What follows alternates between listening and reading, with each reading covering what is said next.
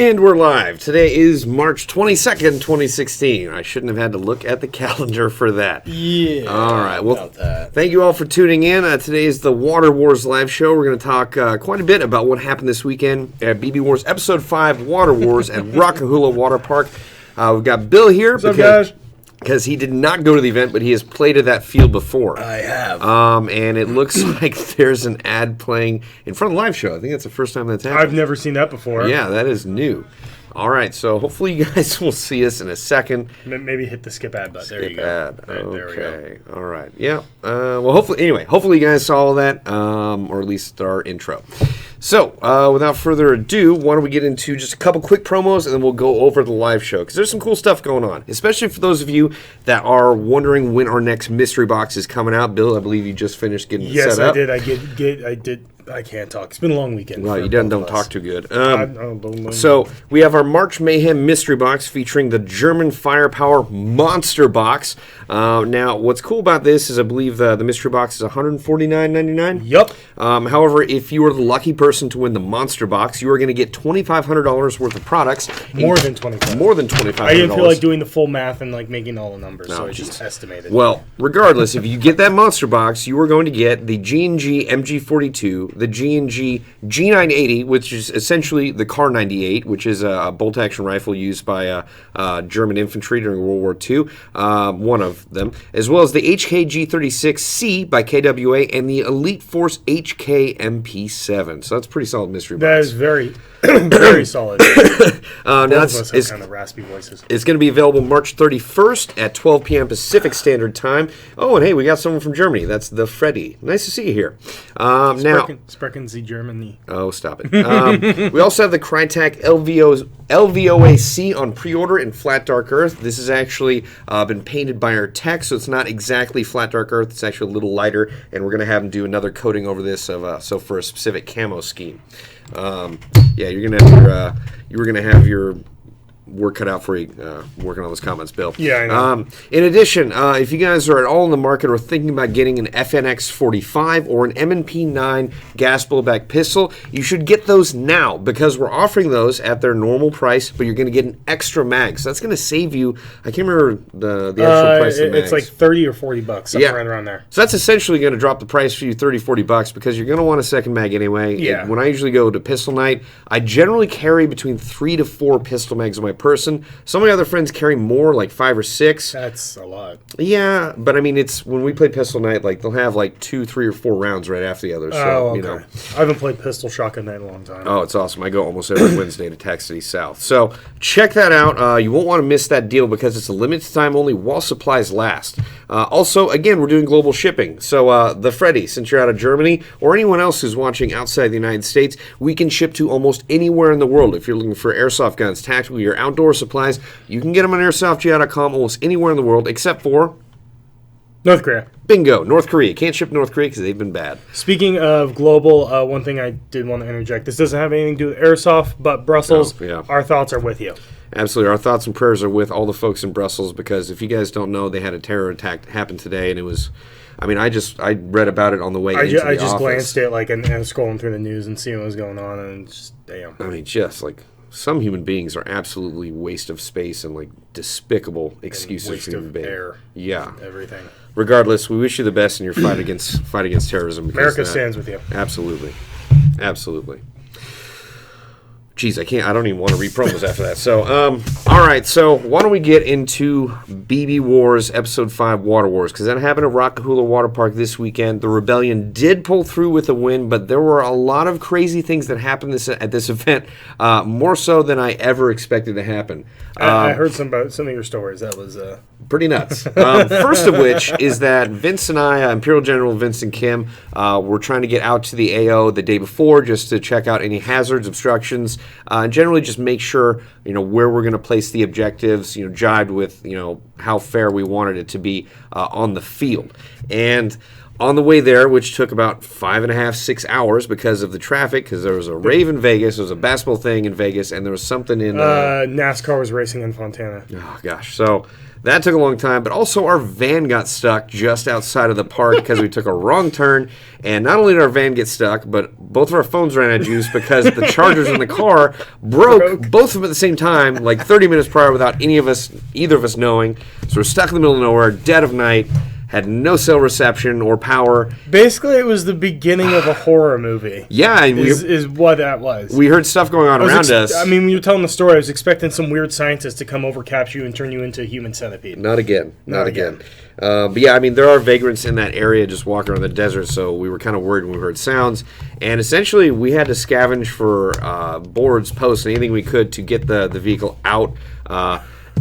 Sounds like Fallout. You had to go scavenge for junk. We really did, and it took us about a good half hour, 45 minutes just to get out of that area. It was pretty hairy because the muffler was actually starting to get buried in the sand. That being said, there were a lot of crazy things that happened at this event. I had a melee duel. There's actually a gentleman at the top of the hill, an Imperial player, who was making obscene gestures, basically thrusting with his waist. And then he pointed at me, pulled his gloves off, threw them down, and started walking down the hill. So I pulled out my axe, started walking up, and he actually asked all the Imperial players, "Don't shoot Bob." So I told all my Rebel players, "Don't shoot whoever that is. Don't shoot that guy." And we met in the middle, and one of my Rebel players, because the guy actually didn't have a knife, he's going to fight me with magazines, one of my Rebel players actually slid across a knife on the pavement, and we had a cool duel, and the gentleman, he was obviously disadvantaged because he had a knife and I had an axe. He lost, and I ritualistically executed him in front of all the Imperial players. And then the game literally immediately kicked off. So that was pretty cool. Also, another thing, I mean, Bill, you've played at Rock and Roll Water Park. I have played there. And, a lot of stuff has changed at that facility since, the last time you played there. They've cleaned up some stuff. Yeah. Oh, really? Because last time I was there, was a lot of, brush and, junk everywhere. They've cleared away some of the brush, but, it gets windy out there, so even more comes on the field. Yeah. Last time I was there, there were a few things that caught on fire that we had to stop the game and put out. Luckily, nothing caught on fire? Nothing caught on fire. Right. It was actually 90 degrees with 25% humidity, so it was hot, and we were trying our best to make sure, a lot of the Rebel and Imperial players didn't suffer from any heat exhaustion or, God forbid, heat stroke. And thankfully, we avoided that. We made sure folks were... thank you, Noob Airsoft. I like this hat. There's a farmer buddy of mine's, Joseph Gallo Farms. It's a farm in Central California, and they make great stuff, especially their cheese. Awesome cheese. Where do they sell it? What's that? Where do they sell it? Oh, shoot, all over the West Coast, as well as, I think, a big portion of the United States. They make a crap ton of cheese, a metric ton of cheese. What's it, Joseph? I will look for it when I'm at the grocery store. Yeah. I like cheese. Yes, you do like cheese. All right, so... a lot of fun stuff happened. I don't know if, obviously, they're using smoke grenades at your game because some stuff got caught on fire. There were a lot of smoke grenades being thrown at this game. There were some drones that were actually at the event, and we had a reporter from the LA Times come out. They saw our event from the freeway. Yeah, it was really awesome, and they were really excited to learn what it was and how we go about playing airsoft games and where we do it. And they actually interviewed a fair amount of the players there, myself included, as well as Unicorn Leah, Greg Wong, Imperial General Vincent Kim, and a lot of the folks that came out to the facility. We also had some folks drive out in an RV from Wisconsin to play at our I remember that they asked a question on Facebook or something like that. They were coming all the way. That's a hell of a drive. Well, they're originally going to go to Operation Copperhead by American Milsim, and then that event was canceled, and they'd already... Basically created the plans to do it. No. Yeah, they'd gotten, with their work, they'd actually called out, they gotten babysitters, dog sitters, so it would have ruined their vacation. So thankfully, we actually, had that event, and they heard about it. So there you go, worked out. Den Lipata, your grandpa worked at Gallows. Awesome, well, that's cool. I assume it's the same Gallows. There's actually two branches of the Gallo family. There's the Gallo wine side, and then there is the Gallo salami and cheese side, which actually farm a lot more than salami and cheese. They actually diversified their crops a lot. I do like salami too. Yeah, it is pretty darn good. There's actually a great book about it. I believe it's called Blood and Wine, with the splitting of the Gallo families, because the wine side tried to sue the other side to not use their family name because they said it detracted from the wine brand. So there's a big hubbub in the courts, and that's why it's called Joseph Gallo Farms instead of Gallo Farms. But great folks. I love hunting with the Gallo family. It's great. So we also had Airsoftology Jonathan at the game. We had Novrich came out. Novrich came out to the game and was sniping fools. In fact, I'm pretty sure Imperial General Vincent Kim got shot in the face by Novrich. Oh, nice. Yeah, nice. It was totally nice. In the face. In the face. So without further ado, and I said doo-doo, I want to show you a couple clips from the game that our editor quickly put together, and I'll just kind of talk a little bit about it while Bill sits here quietly like he should. All right, so as you can see there, we got an Imperial player with, I believe, a Crytek light machine gun. We got some Imperial troops deploying down the lazy river, which can be quite a murder hole if attacked properly. Also, a great way to deploy a firing line, which is what they're trying to do right now. And it's also fun to use smoke in the lazy river. Yeah, see, they're set up some cover, and I believe they're going to get up and start shooting at rebels in a second. There it is. There it is. And yeah, if you're not seen moving up that, and then you just suddenly pop up, you can engage a lot of folks. That's me about to get shot like the champion that I am not. I didn't mean to rhyme. I just ran out of time. I'm actually trying to medic a player here. A rebel player went down, and then I pretty much get shot right there, as you can see.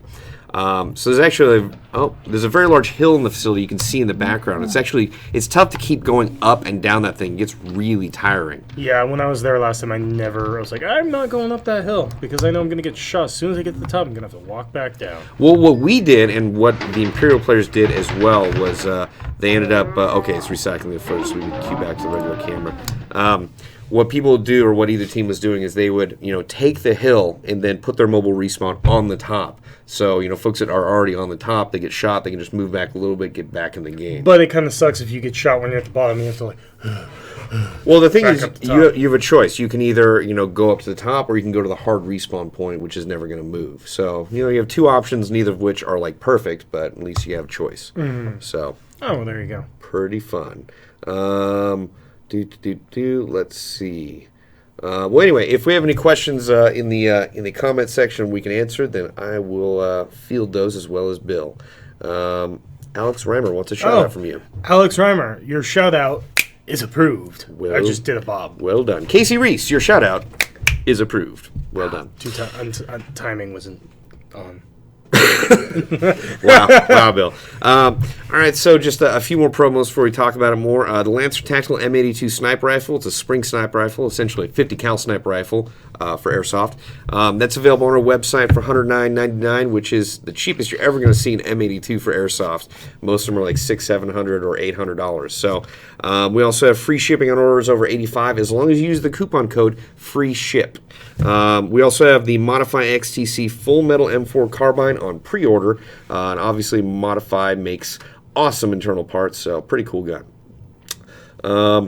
All right, so as far as the rest of the gameplay, there was some amazingly cool stuff that happened. One of which I got to give Jonathan from Airsoftology a shout out, which is approved, because he was, I don't want to say the only MVP on my side for the day, but he definitely deserves the title MVP.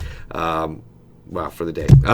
Wow. Yeah, that was embarrassing. Alrighty. Basically, we had one objective. I mean, there were a lot of control points, and there was one objective to take out the Imperial Communications, command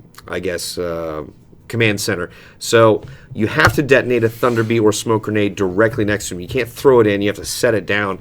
And I guess a lot of my troopers weren't necessarily paying attention. And they were throwing it at it, and some folks just set it down too far away. It wasn't really next to it. It was outside the actual bunker.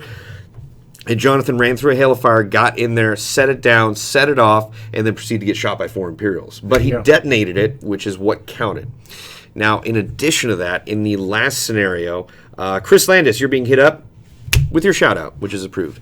In the last scenario for the day, the Imperials had to set out a nuclear device and arm it, and to disarm it, my rebel troops had to go through a lot of stuff, which is basically there's 6 wires in a compartment in that nuclear device. You open up the compartment, and you have to cut the wires in a certain order. And how you find that out, what the correct order is that there are several tubes scattered throughout the field that are locked with combo locks, and they have 30 different combinations on those tubes, so you have to kind of go through, try them all out, and one of them will open up that tube, giving you one of the hints, or one of the clues to tell you which order you have to cut the wires in. So, for example, I had rebel troopers coming up to me, and they delivered me one of the clues that said, number 3 is red, so the third wire line, I have to cut the red wire. When you said clues, I thought it was going to be like, I come before this color, but I'm after this color in the rainbow. No, I guess, I don't know a better name for that, but basically, if I cut one wire wrong, it speeds up the timer by 10 times. So it goes really fast. And if I cut a second wire wrong, essentially it just detonates. So I only had one shot at guessing, and it was very interesting because nobody explodes much. Okay, so what was really interesting is that in the first, like, I'd say 5-10 minutes of the game, Imperial General Kim gave the nuke to 2 troopers that were heading up with a full fire team to go deploy the nuclear weapon. I guess the fire team got waylaid and shot up, and then Jonathan from Airsoftology popped out of nowhere and just wasted those 2 troopers that were carrying the nuclear device, grabbed it, and ran his butt back to my side. And I literally was coming out of the hard respawn because I just got shot, and he shows up with the nuclear weapon 10 minutes into the game, and he told me, he's like, oh man, sorry to break your game because I have the objective already. He's like, yeah, you did not plan for that at all. So we set it down, and I was telling Bill this earlier. We're in the hard respawn deciding what we're going to do because we almost pretty much won the scenario 10 minutes in, and we hear some beeping. And because Jonathan had told me the case wasn't armed, so I was like, okay, it's probably not armed. And we hear beeping, and we check all of our head cameras because usually that would be the beeping. And I look over slowly at the case, and I'm hoping it's not what I think it is. And I open it up, and the bomb is absolutely armed, and we have 30 minutes left on the clock. We only had two of the clues. So I basically sent out orders to all of my rebel troopers, don't worry about the control points, control them if you can, but the priority is to find these tubes, get me the clues, because I only need 4 of the clues. That way, I can guess one, and that will process elimination that will tell me what the remaining clue is. So we had 30 minutes left on the clock. I told all my troopers, I need these in 26, 27 minutes. I basically got 4 clues left with, I believe, 5 minutes on the clock. So I'm sitting in respawn, and I'm trying to figure out the proper way to disarm it, and I don't know which, the green wire or the white wire is the first one. So I cut the green wire, and it was apparently the wrong one. So the clock starts going beep, beep, beep, beep, beep, beep, counting down really fast. And I kind of lost my mind. I didn't know what I was supposed to do. So Jonathan was like, cut the white wire, cut the white wire. So I cut the white wire, and then I went down through the list, and then I got to the last one, cut the black wire, and the timer stopped with, I think, a little bit over, a little bit less than a minute remaining. And I just dropped the wire clippers and just took a deep breath because I was, it's a fake nuke, but it was still my heart was beating. It was crazy. So such a cool prop brought out by the Roughnecks from the Operation Line Claws military simulation staff, and I got to give them a great shout out because they did a great job at game control. Now, what were some of your memories from this field that stood out to you when you played? Honestly, the constant just fighting in the lazy river. One of the best things I did is I tossed a smoke. Right around where it bends, if you're coming from basically where the entrance is, how the lazy river curves around under the bridge. So I tossed the smoke in that corner and I snuck around. And as I come through the smoke, I raise up and there's 5 dudes and I just go think, think, think, think, think, and take them all out and then drop back down and keep moving along. That is a nice thing about the lazy river is that if no one's paying attention, you can actually surprise the heck out of people. And actually, point of fact, I forgot to mention this earlier, but I was in the first scenario. I'd just gotten out of hard respawn, checking on some of my folks that needed some water, and I see a bunch of rebel troopers searching around for someone. I can't tell what it is, and I see Nate from Disposable Heroes almost in a hard respawn, and we see each other at the same time. I raise my gun up, he raises his up, and his shots were quite a bit more accurate than mine, and I get shot down and go to the ground. And his whole point was he saw me from far away and was trying to capture my ass, and shoots me, and he's about to run up and grab me, but those rebel troopers that were searching for him, actually, when they saw me go down, how they went for a basically search and destroy for a Marine. Yeah. Well, it's funny because he was running through the lines, trying to get through our lines to the back end of our force, and he couldn't run fast enough. He wanted to elude those rebel troopers that were searching for him, so he actually quickly took off all of his gear. Oh wow! He had his eye protection still on. He grabbed a couple mags, put them in his pockets, and just started running, and that's how he got to me quickly enough. But unfortunately, my rebel troopers, once they heard him shoot me, they pretty much surrounded him, and he got most of them, and I think one of them ended up shooting him. So pretty close to getting captured. I got almost captured a few times, as did Imperial General Kim. Unicorn Leah almost got a hold of General Kim, which would have been awesome to drag him back to my base. Dr. Dank69, funny name. I just bought $200 worth of gear off Airsoft GI. Well played, and thank you. Doctor. Yeah. Juicy Panda 84, your shout out is approved. What's your? This is from the God. Best Fishing Channel. What's your favorite CQB rifle? And I want you to answer this as well. My favorite CQB rifle.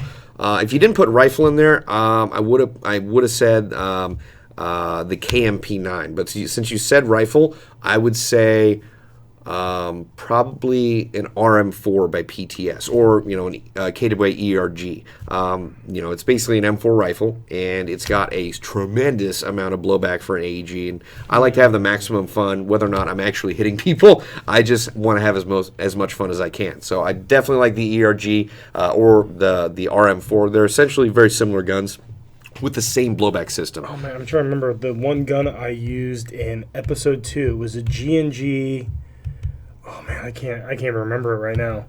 But that thing was great. Very helpful. I know. I'm sorry. It was the one that looked like a 416. That's how I remember it, but I can't remember what exactly. Was it the 614? Maybe. I think it might have been called that. Yeah, but that was a great gun actually in the CQB environment because it was short and we just had a barrel extension on with a little bit longer barrel because the game pod's got longer range and the thing was awesome. Shout out or Kid Classics shout out is approved, as well as the shout out for his Cartel Glock, which is approved. You were Kid Classics was at BB Wars episode 5 this weekend, and I actually asked Marcus to get a photo of his Glock or G series airsoft pistol because it actually was done up like a Cartel would have. Like it had like inlaid fake silver on the bottom. It had inlaid fake gold on the top. It looked really fancy and looked really cool. So yeah, I'm glad you're on the live show. That's cool. Ben Rimmer, your shout out is approved.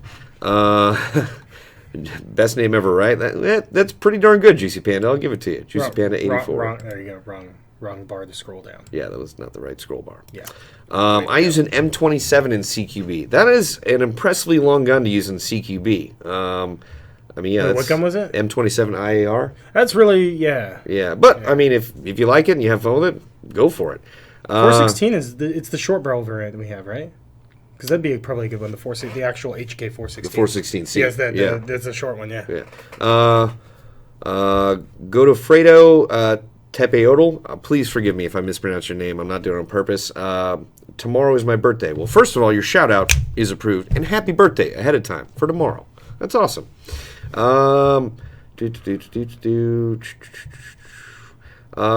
Hey guys, I recently bought a spring sniper rifle. This is from Matt Tactics. Unlike most people, I want my sniper rifle to sound louder than what it is. So would an amplifier for it do the job, or I need something else?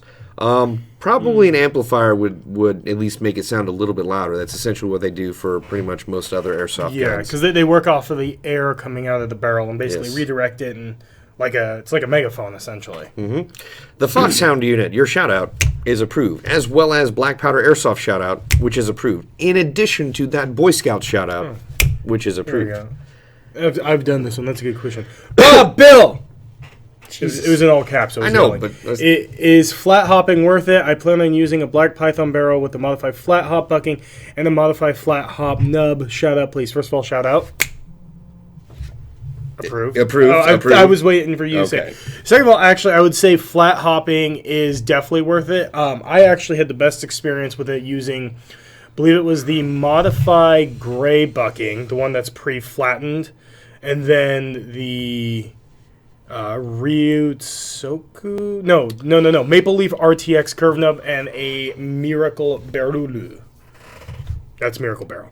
And I actually got great results out of it. The only thing that I was able to get a little bit better was R-hopping. But that's, unless you know what you're doing, I wouldn't recommend trying to do it yourself. Yeah. James G., your shout-out is approved. And you got that one? Oh. Biomadness Airsoft, your shout-out is approved. Got to do snap. Excellent work. There you go. Now, we also have a cool other gun to talk to you guys about today. We're actually using it and displaying it out of BB Wars Episode 5 Water Wars. This is one of the different variations of the G&G Predator. Now, this is in, I believe, Wolf Gray. I believe you can get this on our website already. Yeah, it's listed on there. Yeah, so check it out. Pretty cool looking gun. We definitely had a lot of fun with it this weekend. So yeah, check it out. I kind of like the aggressive look on it. Looks good. We actually found out because we gave away one of these guns at BB Wars Episode 4 Final Assault. Apparently, you can actually use the tip of this rail system to open open soda pop bottles. So let's see. The Russian Yeti, it wants a shout out from Bill. I didn't read the whole thing first. Russian Yeti, your shout out is approved. Well done. I don't know why when I heard that I just thought of a bear on a unicycle. I don't know why you said that, why you thought that either. Bacon Duck, your shout out is approved. Din Lipata, RDP. I assume you're asking about the rapid deployment pistol. I think that's a really fun gun, especially for CQB. It's got a really short frame, and it shoots way further than you think it does for such a small platform. FPS Jao Andrade, please forgive me if I didn't say the name correctly. Is the M60 a good support gun? I personally think it is. They can run a little heavy, but so can a lot of support guns out there. I think more or less what you need to consider is like, what gun do you think looks the coolest? Because a lot of support guns are somewhat similar, but a lot of it depends on the manufacturer. I'm a big fan of the RPK. Yeah, the RPK is fun. Or no, not the RP. Excuse me, the PKM, the big monster. I like the RPK, but the PKM doesn't look cool. So you mean you like the basically giant AK-47? Yeah, Bill, that's what I mean. Okay. However, if I was going to spend money on, and I know you didn't ask this, but if I was going to spend money on a support weapon, I would probably go with the Crytek LMG Enhanced. Stoner. Oh, and Stoner's a good gun. They're super light. Yeah, they are super light. David Taylor, your shout out is approved. Is a Scar L by VFC a good rifle for mid to long range? It's essentially just It's basically an M4 in different furniture. That's probably the best way to kind of describe it. However, it's made by VFC, which does great work externally and internally. So you are going to get a good rifle, but essentially, it's a normal rifle, so it'll do really good for mid and mostly long range. But if you're looking for longer range, you're probably going to want a DMR, or you can get a Miracle Barrel. The Freddy from Germany is asking, RM4 better than the LM4? They're two different. They're two different animals. Like, one is the thing is the RM4 has good amount of kick, but I would say it does not have as much as an LM4. No, the LM4 is a gas blowback rifle. Yeah. It's going to have more kick. And the LM4 is probably better in terms of training and realism than I'd say the RM4. Like the RM4, the main thing is you're getting the kick, but if you're using the special magazines, it does stop. Whereas the LM4, when I had mine, I was actually able to put a lot of accessories on it that were for a real rifle. One of them was, with modification, the mag pull bad lever. So because I shoot left-handed, I can put in the mag and release the bolt immediately. I wouldn't have to reach over the top of the receiver and hit the bolt catch. But honestly, I think it's what you prefer to. It kind of goes to what your preferred playstyle is. If you want to manipulate your gun in a very realistic fashion, have the as maximum blowback you can get. The LM4 is probably going to be the gun you want to go for. Also, I found that I have a extreme amount of range using an LM4. Yes, along with .30 BBs. Now, if you want the functionality and ease of use of an AEG while still having a lot of blowback, then the RM4 is probably the gun you're going to want to get. Honestly, I wish I owned them both. I own an LM4, and if I purchase another airsoft gun, more than likely it's going to be an RM4. I love those guns. I actually really like using them. And I use the one in our GITV studio quite a bit, which is that one. This one? Yep. Ian McGarry, are you guys going to play with Novritsch? Well, in fact, we just did this weekend. Novritsch was at BB Wars Episode 5 Water Wars. I actually did play with Novritsch at Tax City South in Fullerton last Wednesday for Pistol Shotgun Night. I was going to say, did he have a sniper rifle? At CQB? It was because it was a joke. Okay. Because that's all he does. He had a sniper rifle at BB Wars Episode 5 and I believe shot Vince in the face, which is totally awesome. However, he forgot all his gear. Oh, well, all right. Yeah, that happens. It happens to the best of us, and Novritsch is probably one of the best of us, but he was rocking and rolling with that sniper rifle. It's actually hard to find him, even though he was just in, camo. If he was only in camo without gear, he actually probably could move, even easier than normal. Yeah, for real. Let's see. From Checo's 17787, can I board a plane with plate carrier in my luggage? Need to know by Friday. Help. That's a very good question, and just to give you the most direct and specific answer possible without saying any falsehoods, I would actually highly suggest you check out a YouTube channel called it's Robo Murray Airsoft. He actually does an entire video on traveling with airsoft gear because he's based out of Canada and goes to a lot of events in the United States. And he does a really great overview on how to travel with your airsoft stuff, which includes guns and gear. So check out Robo Murray Airsoft, and he can give you the full overview on the best and safest way to travel with airsoft stuff. Let's see. Let's see if there are. When are you guys going to GamePod Combat Zone next? I hope soon. Yeah, I hope soon. I can't publicly say when our next event is there because I'm not allowed to mention it until we actually go live with the event. Yeah. Why do you guys not have the high-capacity Elite Force 1911 magazines? It's weird. I actually recently saw the high-capacity Elite Force 1911 magazines on our website. And if you can't find those, I believe we also have the high-capacity Colt CO2 railgun magazines on our website. Which they fit. They're interchangeable, or at least like functional in the Elite Force guns. So yeah, actually, if you just type in Colt rail, which first two words, the Colt railgun, you'll find the 14-round 1911 CO2 pistol mag and the 27-round high-capacity one. It's available for $34.99. In fact, I'll show it to you guys right here. So there it is. If you're looking for it, you can get it on our website right now. It will work in the Elite Force 1911 or the Colt railgun. It's essentially another CO2 1911 that is licensed through, it's a Colt licensed gun. I believe that's from, I'm not sure if it's Palco or Cybergun. So anyway, I think it says Cybergun on the box. Okay, yeah. So then it's probably Cybergun. I would say so. Any events in Pennsylvania soon? I believe, yes. There's Red Storm East coming up. We don't currently have any BB Wars that I can publicly talk about in Pennsylvania. But Red Storm East is coming up soon.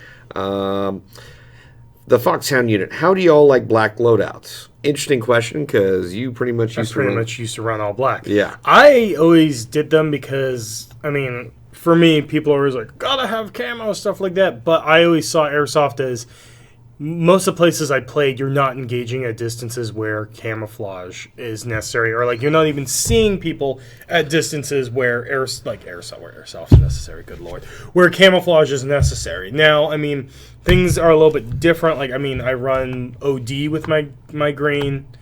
I can't even talk OD with my green. OD with my black plate carrier and stuff like that. I'm having a rough time here. But I'm quietly judging. But I always like the all black loadout because you don't see it. If you want something that looks cool, black gear, multicam black clothing.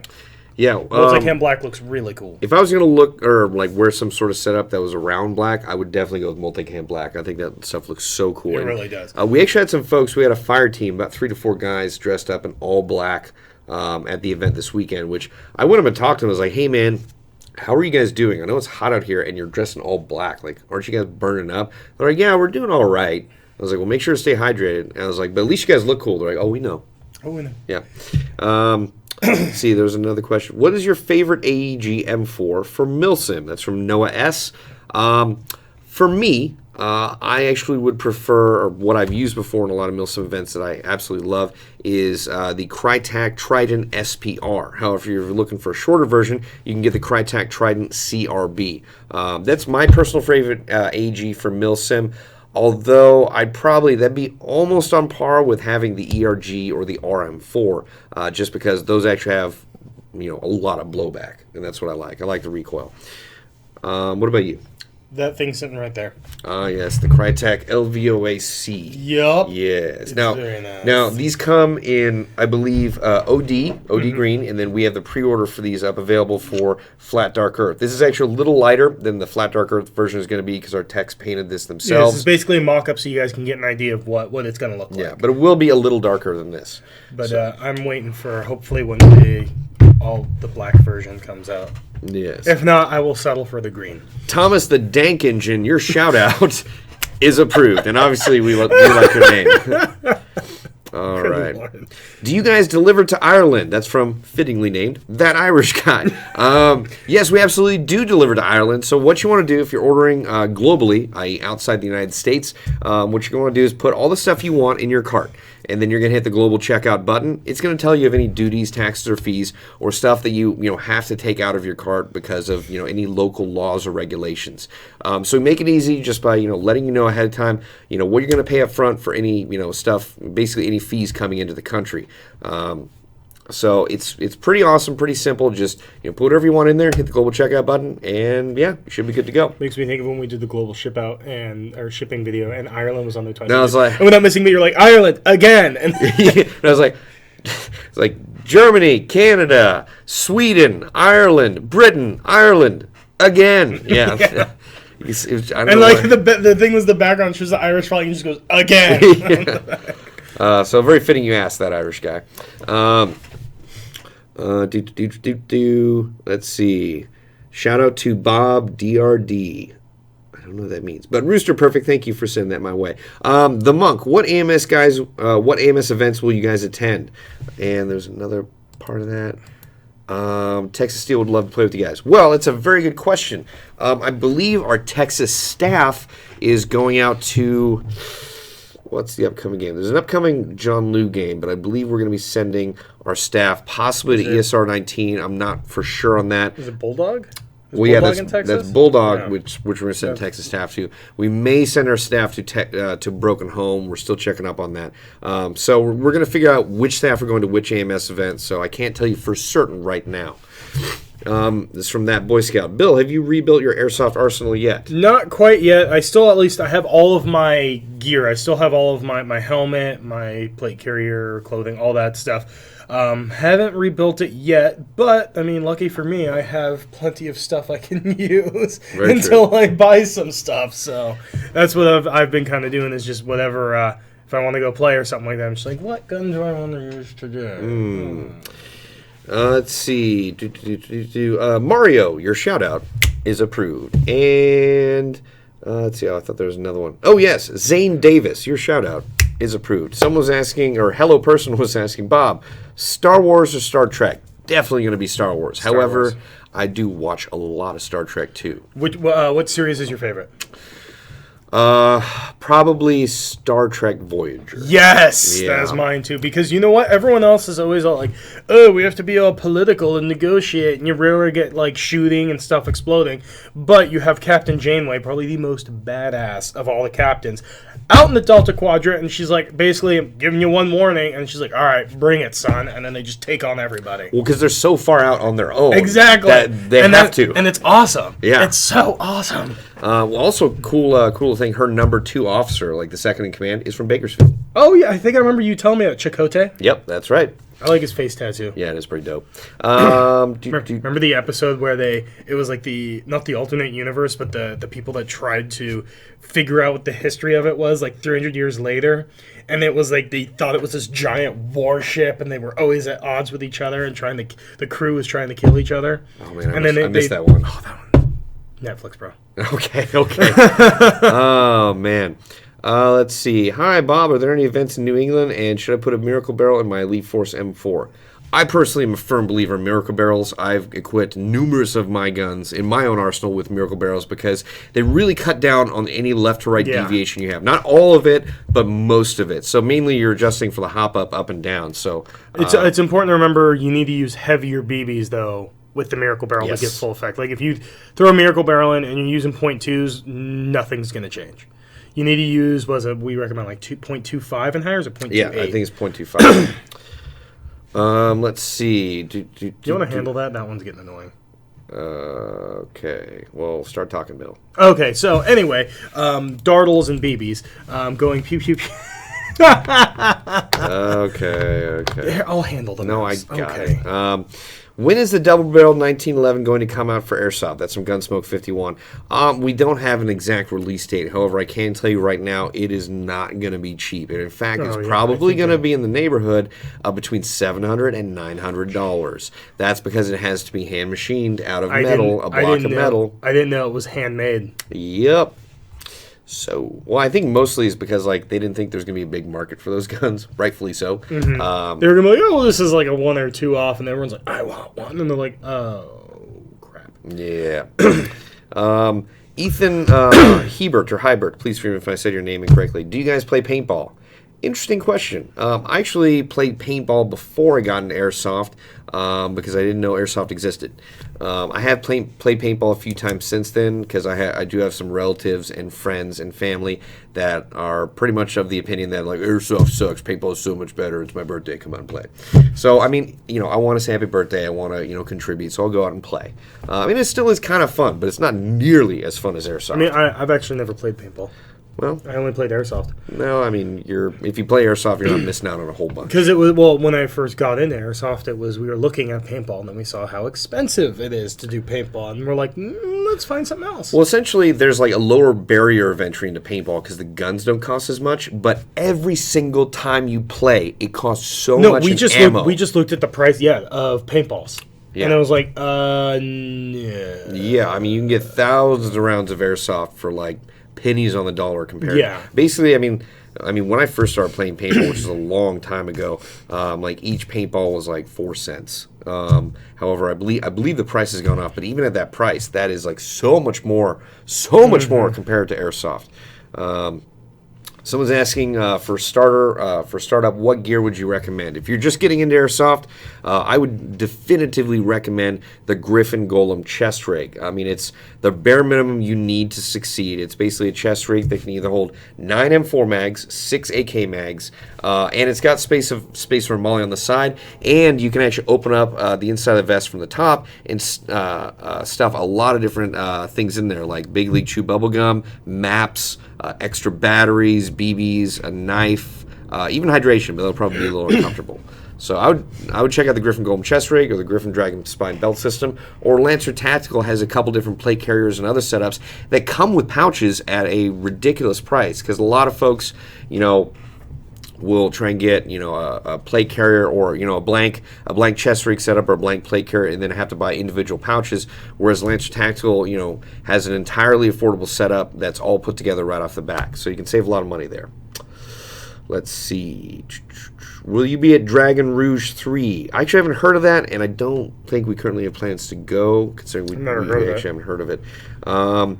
What do you think of CAD-PAT camo? Have you heard of CAD-PAT? I've heard of it. I can't remember that. It's the Canadian pattern one, right? Isn't it kind of? Yep, that's what CAD-PAT stands for. Is it like the leaf? It looks kind of leafy. It's like, it looks, and this may not be the best explanation, but it looks a lot like Marpat, like woodland Marpat, but darker green.